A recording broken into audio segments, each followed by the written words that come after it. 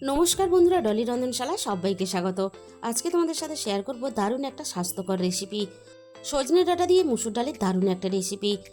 মুসুর ডাল আমাদের প্রত্যেকের বাড়িতেই কম বেশি প্রায়শই হয়, আর এই মুসুর ডাল দিয়ে একদিন হলেও তোমরা সজনে ডাঁটা রান্না করে খেয়ে দেখো। সজনে ডাঁটা হয়তো তোমরা অনেক রকমভাবে রান্না করে খেয়েছো, কিন্তু একদিন হলেও তোমরা মুসুর ডাল দিয়ে একবার হলেও রান্না করে খেয়ে দেখো। গরম গরম ভাতের সাথে আর কিছুরই প্রয়োজন হবে না। আমি এখানে ডাঁটাগুলো আগে থেকেই কেটে নিয়েছি, আর হাফ বাটি মুসুর ডাল আমি পরিষ্কার করে খুব ভালোভাবে ধুয়ে নিয়েছি। আমার যতটা ডালের প্রয়োজন ঠিক ততটা নিয়েছি, আর তোমরা যখন রান্নাটা করবে তোমাদের যতটা প্রয়োজন হবে ডালের পরিমাণটা বাড়িয়ে বা কমিয়ে নেবে। তাহলে চলো রান্নাটা আমি কিভাবে করেছি এবার সেটা দেখে নেওয়া যাক। প্রথমে আমি কড়াইয়ের মধ্যে বেশ কিছুটা জল দিয়ে দিলাম। জলটা উষ্ণ গরম করে নিয়ে আমি এবার কেটে রাখা ডাঁটাগুলো সিদ্ধ করার জন্য জলের মধ্যে দিয়ে দিলাম। ডাঁটাগুলো একটু ভাপিয়ে নিলে তাহলে সুন্দরভাবে ডাঁটাগুলো সিদ্ধ হয়ে যাবে, আর তার জন্য ডাঁটাগুলো খেতে ভালো লাগবে। এবার আমি কড়াইটা ঢাকা দিয়ে ডাঁটাগুলোকে হালকা একটু ভাপিয়ে নেব। মিনিট 5 মতো আমি কড়াইটা ঢাকা দিয়ে দিয়েছিলাম। এবার আমি কড়াই থেকে ঢাকাটাকে সরিয়ে নিলাম। এবার আমি নাড়াচাড়া করে দেখে নেব ডাঁটাগুলো ভালোভাবে সিদ্ধ হয়েছে কিনা। ডাঁটাগুলো দেখো বেশ সুন্দরভাবে সিদ্ধ হয়ে গেছে, আর দেখেই বুঝতে পারছো ডাঁটাগুলো কতটা সুন্দরভাবে সিদ্ধ হয়েছে। এর থেকে বেশি সিদ্ধ করলে তাহলে অনেকটা গলে যাবে আর ডাঁটাগুলো খেতে ভালো লাগবে না। এবার আমি কড়াই থেকে ডাঁটাগুলো নামিয়ে জল ঝরিয়ে নেব। কড়াইটা আমি আবার ধুয়ে পরিষ্কার করে গ্যাসের মধ্যে বসিয়ে দিয়েছি। কড়াইটা বেশ ভালোভাবে গরম করে নিয়ে এবার আমি কড়াইয়ের মধ্যে চায়ের বড় চামচের 1 চামচ পরিমাণ তেল দিয়ে দিলাম। তেলটা আমি প্রথমে খুব ভালোভাবে গরম করে নেব ডাঁটাগুলো ভাজার জন্য। তেলটা ভালোভাবে গরম করে আমি কড়াইয়ের চারিদিকে একটু লাগিয়ে দিলাম। এবার আমি তেলের মধ্যে অল্প একটু স্বাদ মতো লবণ দিয়ে দিলাম। ভাপানো জল ঝরানো ডাঁটাগুলো ভাজার জন্য এবার আমি তেলের মধ্যে দিয়ে দেব। ডাঁটাগুলো হালকা করে লবণ দিয়ে একটু ভেজে নিলে তাহলে খাওয়ার সময় ডাঁটাগুলো খেতে ভালো লাগবে। এবার আমি ডাঁটাগুলোকে নাড়াচাড়া করে হালকা একটু ভেজে নেব। তবে খুব বেশি আমি ডাঁটাগুলো ভাজবো না, তাহলে ডাঁটাগুলো উপর থেকে শক্ত হয়ে যাবে, আর তার জন্য খেতে খুব একটা ভালো লাগবে না। ডাঁটাগুলো আমি মিনিট 3-4 মতো বেশ ভালোভাবে ভেজে নিয়েছি। এর থেকে বেশি আমি আর ভাজবো না। এবার আমি সমস্ত ভাজা ডাঁটাগুলো কড়াই থেকে নামিয়ে নেব।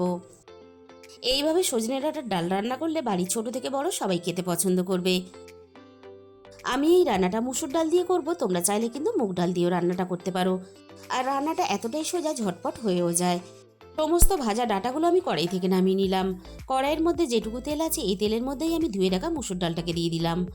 মুসুর ডালটা হালকা একটু ভেজে নিলে তাহলে তাড়াতাড়ি সিদ্ধ হয়ে যাবে, আর মুসুর ডালটা খেতেও ভালো লাগবে।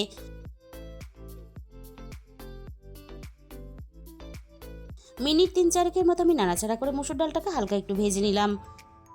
মুসুর ডালের গায়ে দেখো একটা হালকা কালার চেঞ্জ হয়ে গেছে। এর থেকে আমি আর বেশি মুসুর ডালটা ভাজবো না, তাহলে মুসুর ডালটা অনেকটা বেশি ভাজা হয়ে যাবে।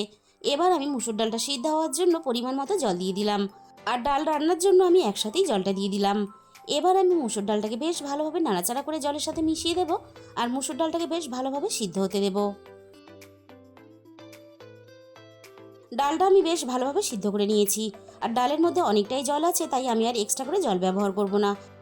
ডালের মধ্যে আমি প্রয়োজন মতো হলুদের গুঁড়ো দিয়ে দিয়েছিলাম। হলুদের গুঁড়োটা আমি তোমাদের দেখাতে পারলাম না দেওয়াটা, কারণ ভিডিওটা আমার ডিলিট হয়ে গেছে। অল্প একটু হলুদের গুঁড়ো দিয়ে আমি নাড়াচাড়া করে ডালের সাথে বেশ ভালোভাবে মিশিয়ে দিলাম।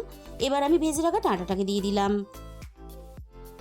এবার আমি ডাঁটাটা ডালের সাথে নাড়াচাড়া করে বেশ ভালোভাবে মিশিয়ে দেবো। আর ডাঁটাটা খুব বেশি কিন্তু সিদ্ধ হতে সময় লাগবে না, যেহেতু আমরা ডাঁটাটা বেশ ভালোভাবে ভেজে নিয়েছিলাম, তাই ডাঁটাটা খুব বেশি সিদ্ধ হতে সময় লাগবে না। এবার আমি ডালের মধ্যে স্বাদ মতো লবণ দিয়ে দিলাম। লবণটা আমি ডালের সাথে নাড়াচাড়া করে বেশ ভালোভাবে মিশিয়ে দেব, আর ডাঁটাগুলো বেশ ভালোভাবে সিদ্ধ হতে দেব। ডাঁটাটা বেশ ভালোভাবে সিদ্ধ হয়ে গেছে, আর রান্নাটা আমি মিনিট 5-6 মতো বেশ ভালোভাবে করে নিয়েছি। এবার আমি কড়াই থেকে ডালটাকে নামিয়ে নেব। কড়াইটা ধুয়ে পরিষ্কার করে আবারও আমি গ্যাসের মধ্যে বসিয়ে দিয়েছি। কড়াইয়ের মধ্যে আবারও আমি প্রয়োজন মতো 2 চামচের মতো সর্ষের তেল দিয়ে দিলাম।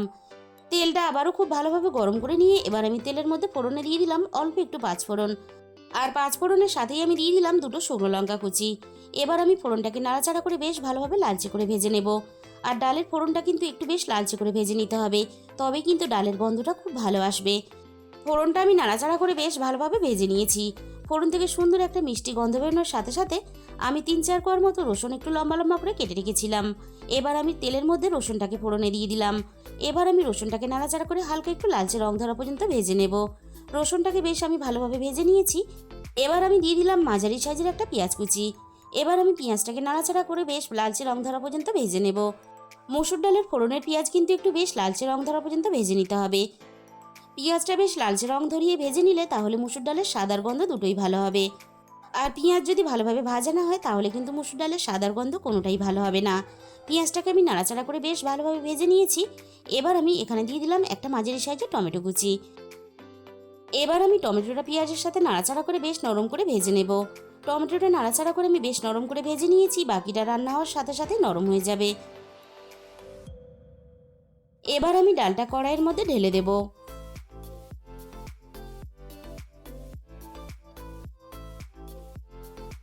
ডালটা আমি ফোড়নের সাথে নাড়াচাড়া করে বেশ ভালোভাবে মিশিয়ে দেব। আর ডালটা রান্না হওয়ার সাথে সাথে আমি কিন্তু খুন্তি দিয়ে এভাবে অনবরত ঘাঁটতে থাকবো। ডাল যত ভালোভাবে এইভাবে ঘাঁটতে থাকবে ততই কিন্তু রান্নার স্বাদ ভালো হবে।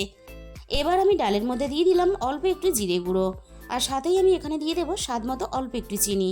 চিনিটা দিলে মিষ্টি হবে না, কিন্তু স্বাদের ব্যালেন্সটা ঠিক থাকবে, আর তার জন্য রান্নাটা খেতে ভালো লাগবে। এবার আমি অনবরত এভাবে নাড়াচাড়া করে ডালটাকে বেশ ভালোভাবে রান্না করে নেব। মিনিট 5-6 মতো আমি ডালটাকে বেশ ভালোভাবে রান্না করে নিয়েছি, আর ডাঁটাগুলোও খুব সুন্দরভাবে সিদ্ধ হয়ে গেছে। আর ডালটা দেখো খুব বেশি পাতলাও না, আবার খুব বেশি গাঢ়ও না, ঠিক আমি কিন্তু এরকম করে রান্নাটা করে নিয়েছি। সজনে ডাঁটার ডাল কিন্তু ঠিক এরকম করেই রান্নাটা করে নিতে হবে, তবেই কিন্তু ডালটা খেতে ভালো লাগবে। তাহলে বন্ধুরা, আজকের এই রেসিপিটা শেষ পর্যন্ত দেখার পরে তোমাদের যদি ভালো লেগে থাকে তাহলে ভিডিওতে একটা লাইক করে দিও, আর নিজেদের বন্ধুদের মধ্যে শেয়ার করে দিও।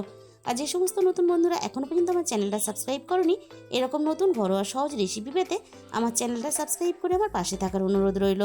আর তোমাদের মূল্যবান সময় দিয়ে আমার এই রেসিপিটা দেখার জন্য তোমাদের সবাইকে অসংখ্য ধন্যবাদ।